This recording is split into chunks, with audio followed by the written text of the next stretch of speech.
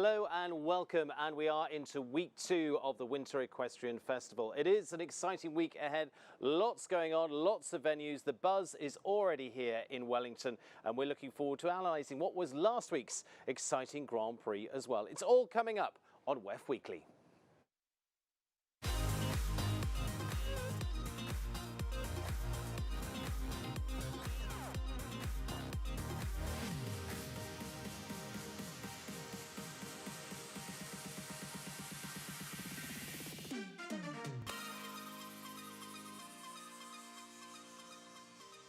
And a very warm welcome to WEF Weekly, presented by LeMieux as well. And our thanks to LeMieux too. It's worn by the best. They're wonderful products, leading the way in saddle pad innovation, comfort, performance and style. Trusted by top riders worldwide. You can visit their website at lemieux.com, and LeMieux, worn by the best. Thank you to them as well, our sponsor each week of WEF Weekly and supporting sponsor too here at Wellington International. Our Grand Prix this week, we're looking forward to that, and it's actually going to be on the field for our week 2, and it's the $140,000 3-star Grand Prix presented by Southern Arches. So thank you to Southern Arches, our presenting sponsor here this week of the Grand Prix. Dodd Technologies, that each week bring you engineering extraordinary experience since 1983. Our streaming sponsor. Discover how to elevate your sports, entertainment and corporate events at doddtechnologies.com. And throughout our season 2, as always, our live streaming is supported by the USEF, supporting sponsor of our live stream in part with support of the US Equestrian Federation and the USEF network as well. So thank you to all of those, and thank you to all our sponsors throughout the season as well. Lots coming up. Like I say, we have week 1 in the books. We're actually week 3 of competition that we are here at the Wellington International, and looking forward to a week for the big jumpers. It's going to be out on the field, but we've had our first big Saturday night Grand Prix behind us as well. Theme nights have also kicked in too. We'll talk about that a little bit later on, but Country Western night was last week, and it's family night this week as well. So we're going to be talking much more about that, especially with our guests coming up here today too. So with everything well underway here in Wellington, we've also been heading around the rings to find out what competition has taken place, who's been doing all the winning, who is in the ribbons. But to do that, Lindsay Brock has been out to find out and gives us the report. Thank you, Stephen. Momentum is already building for WCHR Week, coming to WEF during the midpoint of the season. But as we launch 2026 in the Hunter Rings, Victoria Colvin has certainly been the rider to watch. During WEF 1, she took home 4 champion and 4 reserve titles, highlighted by topping both sections of the California Split 3-3 Performance Hunters presented by Palm Beach County Sports Commission, riding Next Monday and Trust. Scott Stewart also picked up 4 tricolor ribbons in the professional divisions that included a championship aboard Cadet in the 3-6 Green Hunters sponsored by Equine Tack and Nutritionals. In the junior hunter ranks, Lily Herzog took home 2 championship titles, reserve in the Voltaire Design Large Junior Hunter 16-17 on Cleverly, and champion of the small junior 16-17 with Styles. In the equitation rings, Lacey Powers dominated the pony ranks, riding Date Night to win the WIHS Pony Equitation and Marshall and Sterling USEF Pony Medal. Coming out of the age group equitation divisions, Maggie Maslow Smith topped the 11 and under, Audrey Haywood and Paige Busby shared champion in a California Split 14 and under, and Colin Sweetnam and Emmy Richards shared top honors in the 15-17. Finally, in the adult equitation, Sarah Starry won the Ariat National Adult Medal, while Meredith Huddle topped the Bruno Delgrange Palm Beach Adult Medal. And that's what's happening around WEF in this week's Hunter and Equitation Report.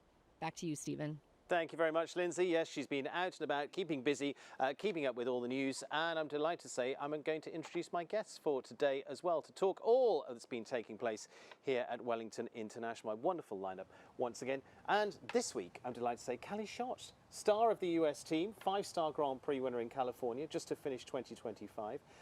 Callie, it's been an amazing run back, because last year you were out with injury during WEF. Now you're very much back in action. How's it been?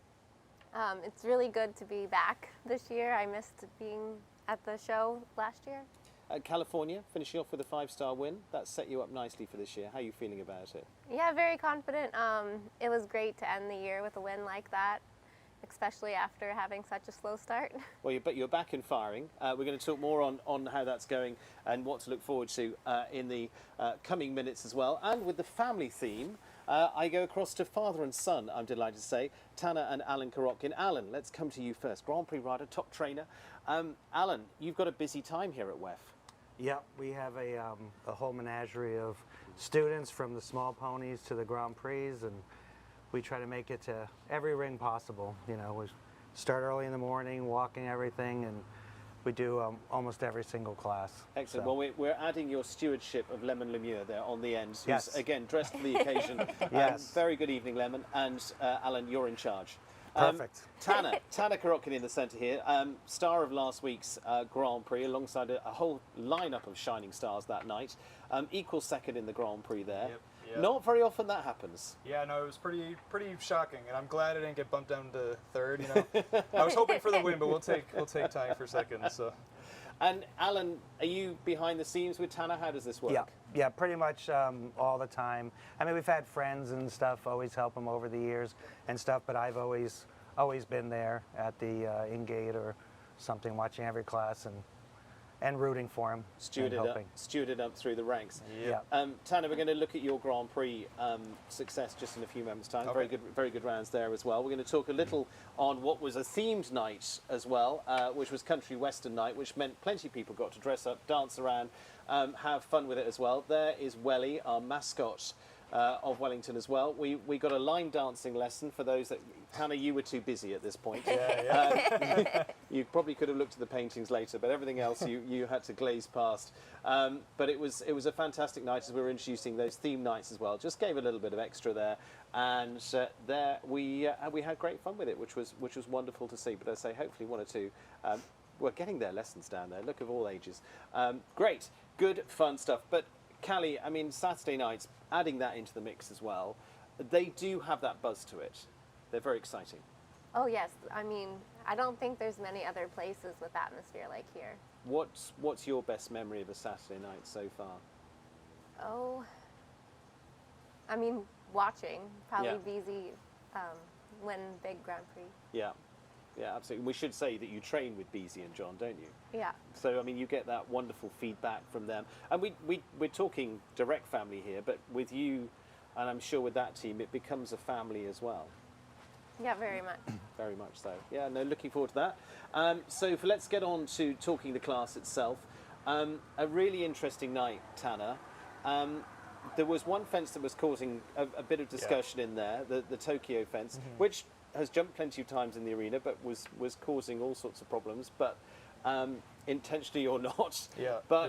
It made for an really interesting night. What were your thoughts on it? What were your overall thoughts? Yeah, you know, I thought it was a spooky fence. My horse, you know, I have a lot of trust in him, and I've had him for, I want to say, a year and a half now, and so I was pretty confident that he was going to canter right down to it, and it wouldn't really be a problem. He actually did take a little bit of a peek at it. I just squeezed him up there a little bit, and he jumped it phenomenally. So, yeah, you know, I just kept it in the back of my mind because it caused quite a few good combinations, issues there. So, yeah, but I was confident myself and confident in my horse there. And we're going to take a little look at the rounds here as well. Your round to take us into, I think we're going looking at the jump off here. That's the fence you were talking about. Yeah. No problem at all in the second round there at all. Tanner, talk to me about Kidmar Quality Hero. Yes, you know, we've won 2 Grand Prix together now in our first year together. He has an enormous stride and he's very brave. You know, 1 to 2, I tried to, get 1 a little bit on the straighter side so that I could bend the 9 a little bit. I actually probably could end up doing 8 down 1 to 2. I had a really good shot into the combination, really good shot over the oxer in the middle.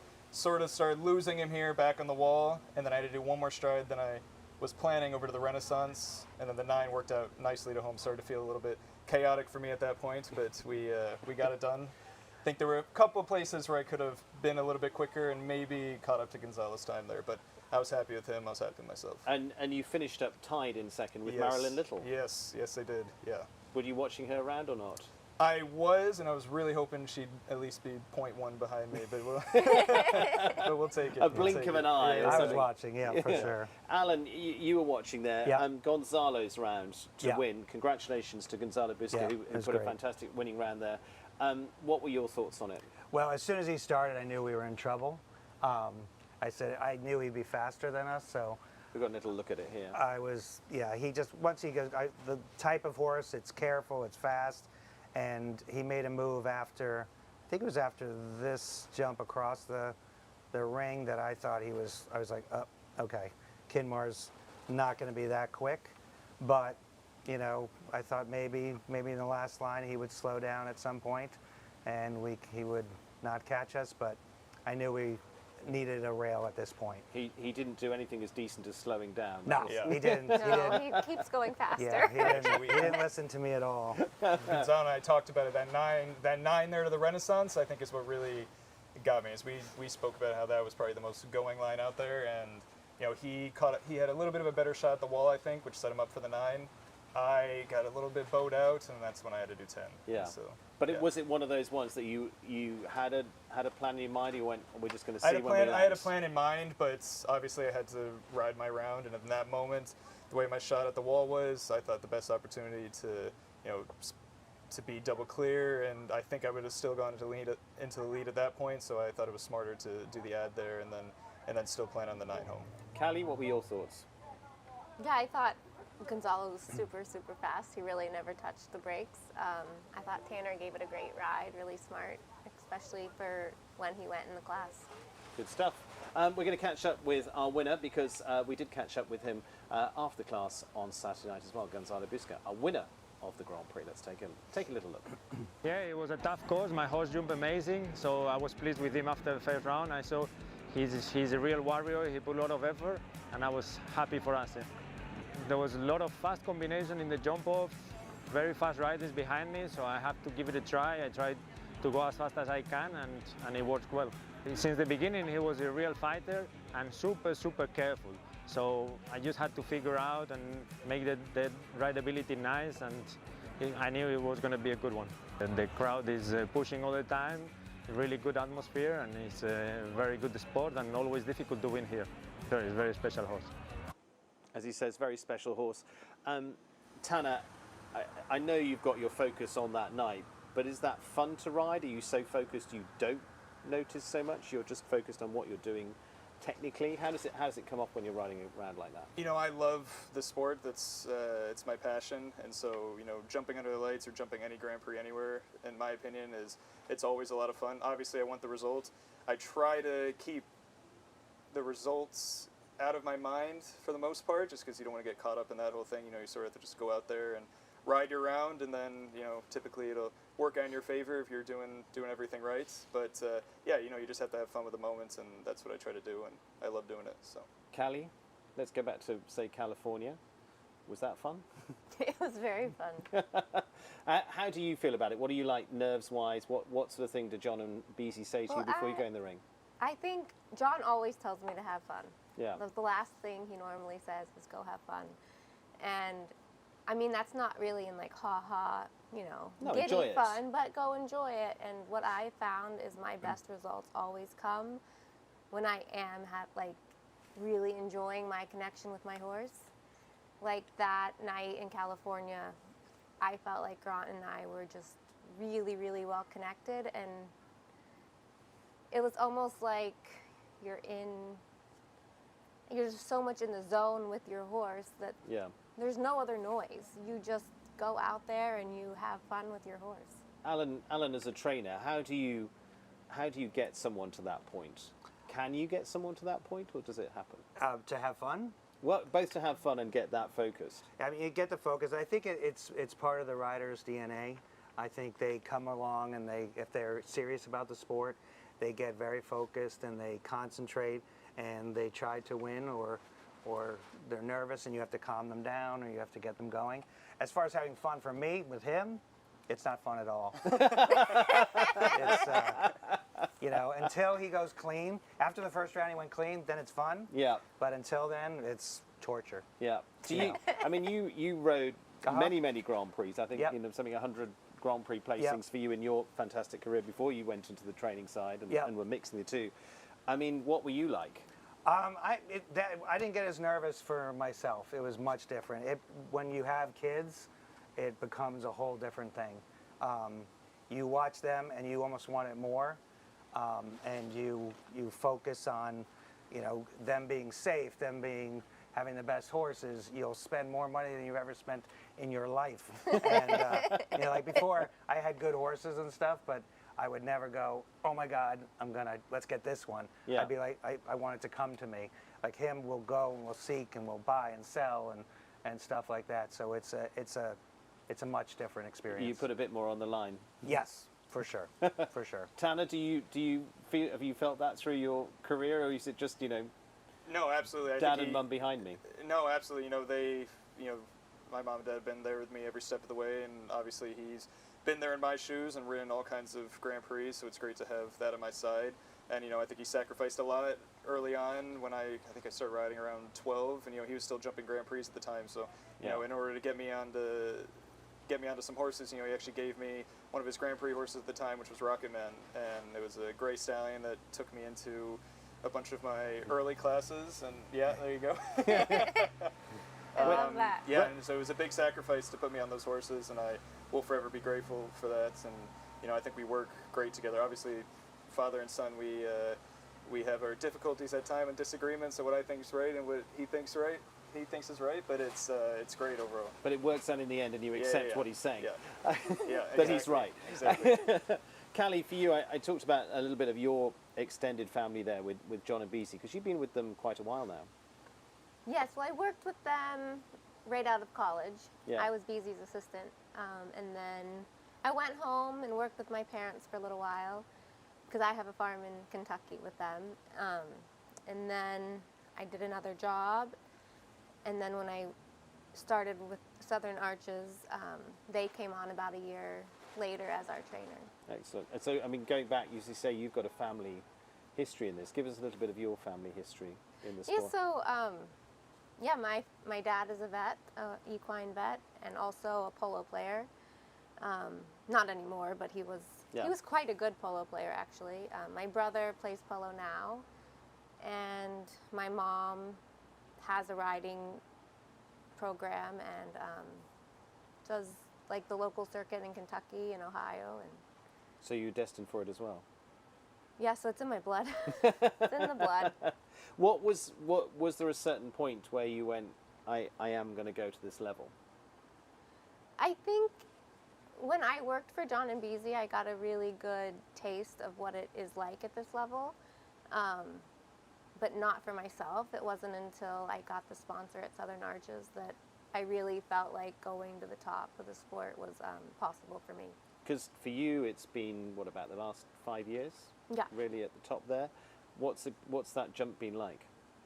It's a learning curve every day. I'm still learning. I don't know. The good thing is you've got two very good teachers to help you help you with the learning. But do you feel that you learn something new from them every day as well? Yeah. All the time. Yeah. It's a good confidence builder, I guess. Yeah. Well, we're looking forward to seeing you in action through the season. Alan and Tanner, for you, as you said, it's not always easy watching the kids do it. But Alan, he's not the only one doing this, is he? You've got more of the family do it. No, I have my daughter Carson, who does it. It was a big pony rider. Did all the pony medals and small ponies. She won the pony medal finals, and she was USEF Pony of the Year on her pony Pepsi for 2 years in a row, and it was great. But once we got through those 2 years, we sort of pushed the ponies aside, and now she's doing the Medal McClays and Junior Hunters and everything like that. And we're moving on to horses and hopefully beyond. She's doing jumpers now, and she's going to take Tanner's horses pretty soon. And, Are you getting a little bit of a sweat on when you see she's coming through? It's like, am I going to stay the family top jockey here? Yeah, I love doing it alongside her, and she thinks she knows way more than I do. Which she might in some regards, especially in the ponies. But no, I love doing it alongside her, and like he was talking about, we're 10 years apart, so obviously I probably don't get as nervous as they do, but I definitely do get a little bit nervous for her at times too. But I think I'm a little tougher at handling it since she's my sister and not my daughter. But obviously the age gap, there's a bit of tension there too. But do you in the flip of that, do you get nervous watching her? Yeah, I do, definitely a little bit. Like I said there, I think I'm a little bit braver than they are probably with her, but I'm still on the edge of my seat a little bit. Yeah, you're just about keeping your seat. That's the Yeah, point. yeah. Staying top jockey. But Alan, give us a little bit of background, because as you say, you've got a sister in there. You've got an older brother. Yeah. And he's in films. yeah, he works for Paramount Plus. Yeah. And he does all the highlights and all the interviews and stuff for the soccer and I think they just got UFC, so he's going to get to do some MMA and stuff like that, and he's working on that like That's nonstop, really cool. all Excellent. hours of the night, and Yeah. you know, and he knows everything about it. He'll like say, "Did you see that game?" Like, no, it was like 2 a.m. I'm not watching it, but he's into it and he's good at it, so it's fun. It's good. It's fun. But it's that nice to have that sort of part of the family that isn't involved. For sure. You know, we're always horses, nonstop, and he gets a little bit like rolls his eyes at the dinner table sometimes. But in the end, we have a good talk about everything other than horses, and he helps ground us a little bit. And your wife's involved in the whole. It's Yeah. a whole family setup, isn't it? Yeah. How does that work? I mean, how many horses you've got here Like at the moment? 45. And how does that technically work? You know, my wife Kirsty, she used to do more of this. Once she had the kids, she sort of took a step back and wanted to be a mom, and she did that more than she did the horses. But she's always there. She'll help us. She'll fill in and stuff. She just didn't do the training nonstop. But Yeah. she showed out here when it was on grass, and She's still very involved. Yes. Very involved. she's very yeah. involved. And was there a point in your career, Alan, where you sort of went, it's time for me to stop riding the Grand Prix, or was it? It came. There was a time we had a horse for him that Shane Sweetenham had given us. His name was Ollie, right? And Ollie, all of a sudden, he got hurt. Yeah. And I had a horse that another one that Shane had given us to sell, named Finn, and I was like, you know, he didn't have a horse. I gave him Finn. He went and rode it amazing, and I'm like, I'm done. You know, I like, forget it. Because then I was always wanted to give him the horses after that, Yeah. and you know, do that. And I mean, I kept obviously riding customers' horses and stuff, but once he started looking like he was going to do Grand Prix and stuff, you know, I'd rather him get the best rather than each of us get a mediocre horse. And do you see some of the guys? We like talking to Jimmy Tarano about JJ coming through Oh, and yeah. others of them being in that sort of same situation now. Oh yeah, Jimmy's one of our best friends. I've known him since I was 17. We've grown up.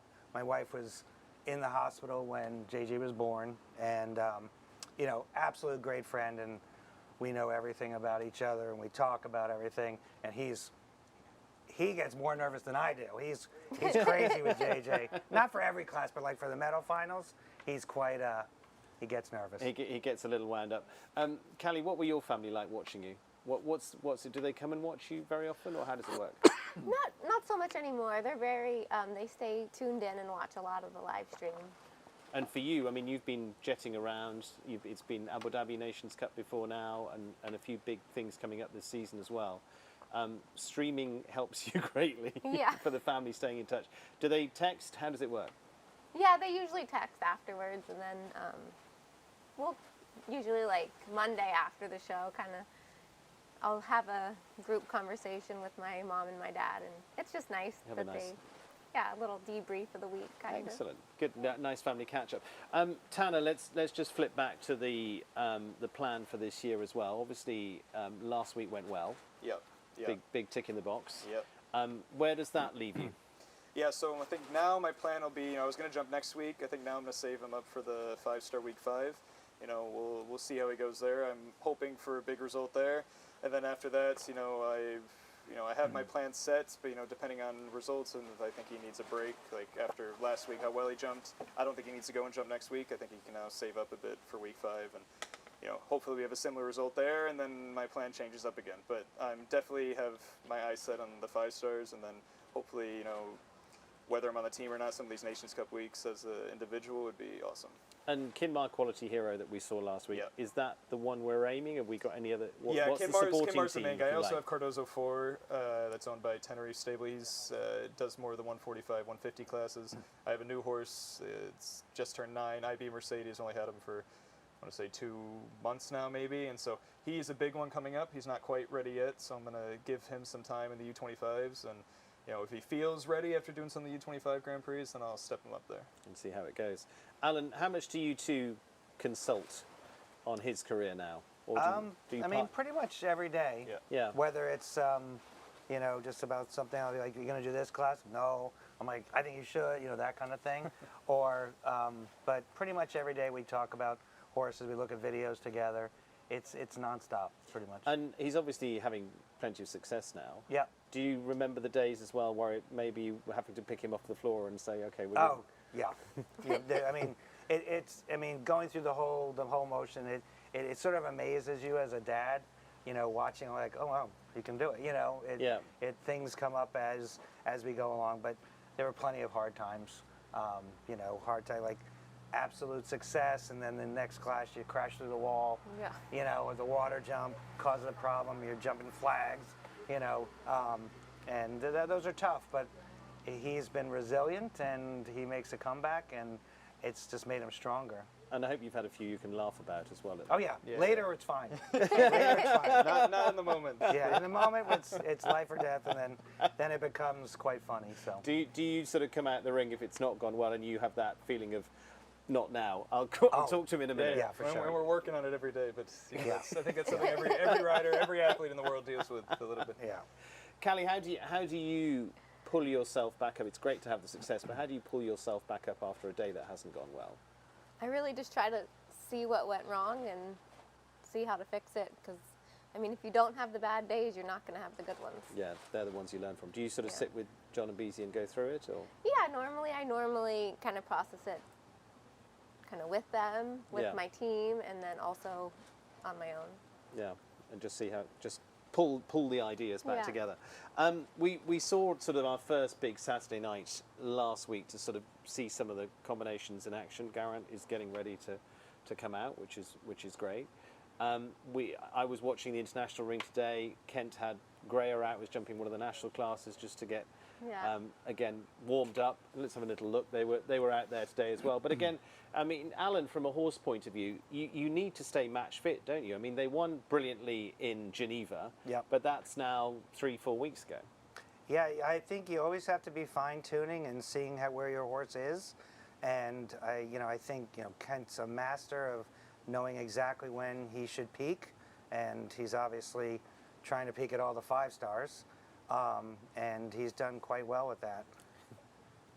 Yeah, 2 wins in the 5 stars here last year, but again, as you say, you can't just pull them out for a 5-star week. No. No. Yeah, you have to bring them back, because they have to peak. They have to go up, and you have to bring them along, day by day. You have to get into the ring. Like, this is just a schooling round basically for him Yeah. to sort of gauge what the horse is, especially the careful ones. The ones that want to win, want to go clean. You've got to make sure there's that balance between a lion and a chicken. It's what they have to do.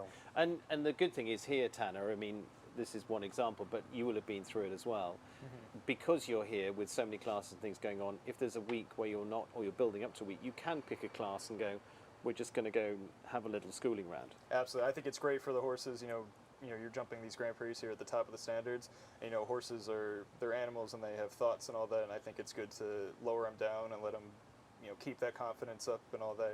If you go into these classes and are making them try their hardest every single day, there's a lot of wear and tear mentally and physically. So I think it's great to bring them down and let them chill out and let them know that it's not always, you don't always have to put in maximum effort every single time. And Alan, from your point of view, when you've got your training hat on, I guess that applies to all levels, whether you're doing 80 centimeters, whatever you're doing. You want to do Yeah. some stuff that's nice and comfortable and then push yourself a little bit and then Yes. come back. Yeah, I mean, you got to get into the ring consistently with some of the lower levels, because the kids are learning and everything, and you have to see all the rings and get the kids acclimated.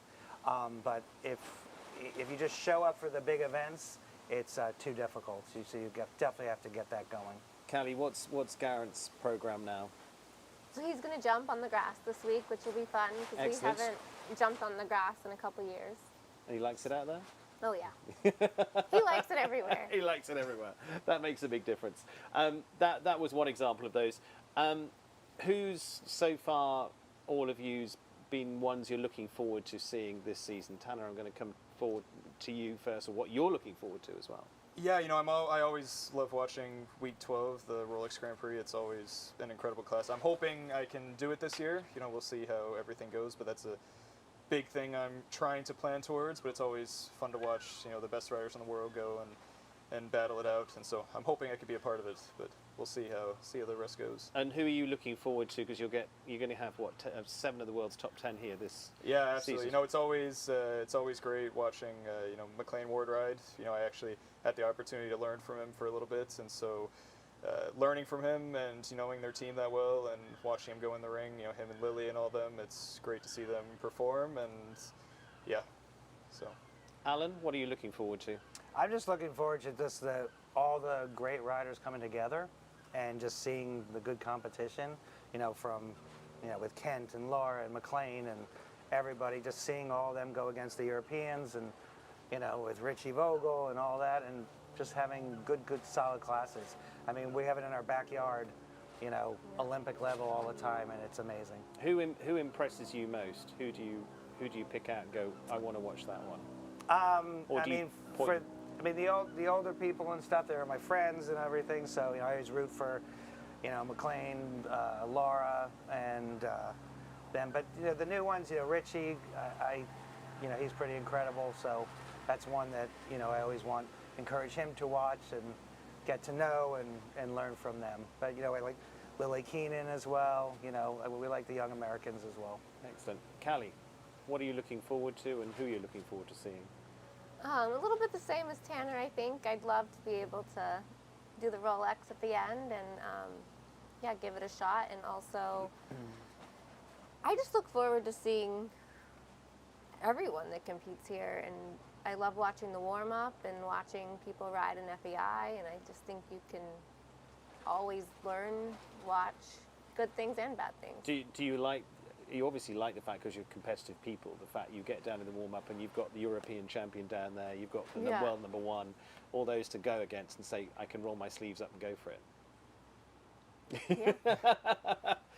It certainly does make a bit. Alan, you're smiling at that because it is pretty special when you walk down to the warm-up. No, it's amazing, and the whole fact of, like, when Tanner gets to go in these classes against these people, I'm like, it's things that he's going to remember forever, and you know, we're blessed to be able to have this and him to go up against them and learn from them. And the really good days is when you get ahead of them. Yes, that's what we're trying. We're trying every day.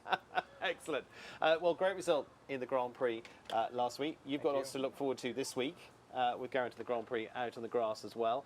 And we want to hear from all of you as well, all your thoughts on what you want to see, and even send us some of your videos as you're out there competing. We want to see and hear from you as well. You can do that through various means, but one of them we'll give you is our email, which is wefweekly@wellingtoninternational.com, wefweekly@wellingtoninternational.com. It's long but easy, and do get in touch with us. Let's just remind you as well of how everybody's been getting on around the grounds here. Early days into the season, what is a big season ahead, but we have lots of leading rider awards as well. Leading lady, we've had 1 week behind us there, I think, maybe 2. Let's take a look at how that's playing out so far. Leading lady rider supported by Martha Jolly-Kerr there, and that is Marilyn Little, who was top, of course, last week, so we have just the 1 week taken into account so far, and those are our riders that were part of last week's Grand Prix finishing well. Nina Malave as well, now into the world's top 10, so great to see her on the list already. Leading international rider, $25,000 there, kindly presented by Michael Smith, fantastic owner as well here as well. Gonzalo Busca obviously goes to the top of that at the moment after his win last week, but Tanner, you're in third, could well be on the rise in a couple of weeks' time. We will see. Good luck to you with that. Rushy Marsh Farm, Don Little Masters as well. And that's presented by Rushy Marsh Farm as well for the senior end of things. Alan, you might know 1 or 2 of these, and that is the lineup so far. Karen at the top there, and Patricia second. But I say early days, a good start for Elizabeth Maloney there too, and the MS 150 with another one of those behind us with the win last Sunday for Lily Keenan, gives her the 50 points at the top of that at the moment. What's coming up this week? Lots coming up this week. In fact, the next few weeks get really busy indeed. We're also going to be bringing more dressage in next week as well with the 5-star. But this is what's happening this week. Thursday, $32,000 Dodd Technologies speed class there. That's going to be out on the grass, remember, so we're going to be a daytime schedule there. $32,000 Adequate WEF Challenge Cup will be on Friday, not Thursday, Friday. Then on Saturday, out on the grass too, $32,000 MS 150 Classic, so a little bit of a switch around there in terms of where we are normally we're on the surface in the arena, over in the international arena. Saturday is Saturday night, $50,000 Palm Beach Equine Clinic Grand Prix, National Grand Prix for that. And then Sunday out on the grass we are into the Brain Juice U25 Grand Prix, start of the U25 series, and also of course culminating in the $140,000 Southern Arches 3-star Grand Prix as well. So that is what is coming up, and so it is going to be an exciting week of competition with plenty to get our teeth into there. Tanner, Callie, quick one to you. Tanner, National Grand Prix here under the lights, that's very helpful. Absolutely. No, it's good for, okay, obviously they can still be big enough, but it's good for bringing up horses that, you know, before you throw them out into a major FEI Grand Prix and to get under the lights and jump slightly smaller of a class and give them the experience. It's great. I'm not doing the one this week, but it's always a good option to have. Callie?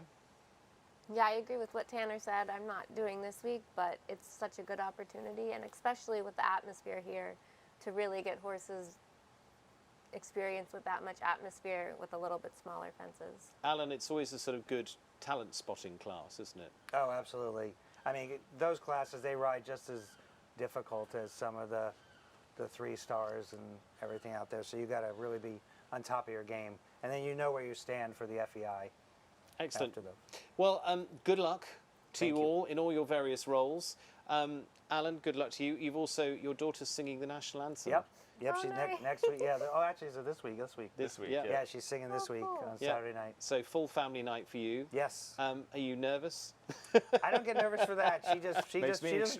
extremely nervous. Yeah, he gets more nervous than Yeah. that, but she just I would comes mess up out. the words. So Yeah, she She's doesn't got the even- singing, you've got the Yeah. modelling career, it's all there. Fantastic. Alan, congratulations on a great family. Thank you very and much. a wonderful Thank lineup. Callie, well done on your huge success and everything behind you as well so far. Tanner, great result. Well Thank done. you. Good Thank luck you. for the rest of the season. Thank you to my guests. Thank you to all of you for tuning in. We're going to be back each week, of course, with WEF Weekly. Like I say, let us know your thoughts at wefweekly@wellingtoninternational.com as well.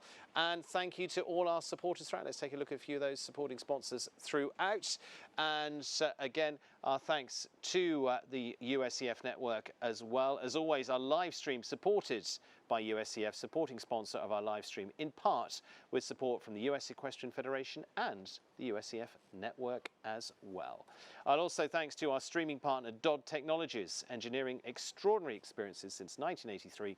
Discover how to elevate your sports, entertainment and corporate events at doddtechnologies.com. And thank you to our presenting sponsor of the Grand Prix this week, Southern Arches. Callie is going to be in action with the top horse Garant out there. Could well be a nice partnership there to go and win that one. Looking forward to that.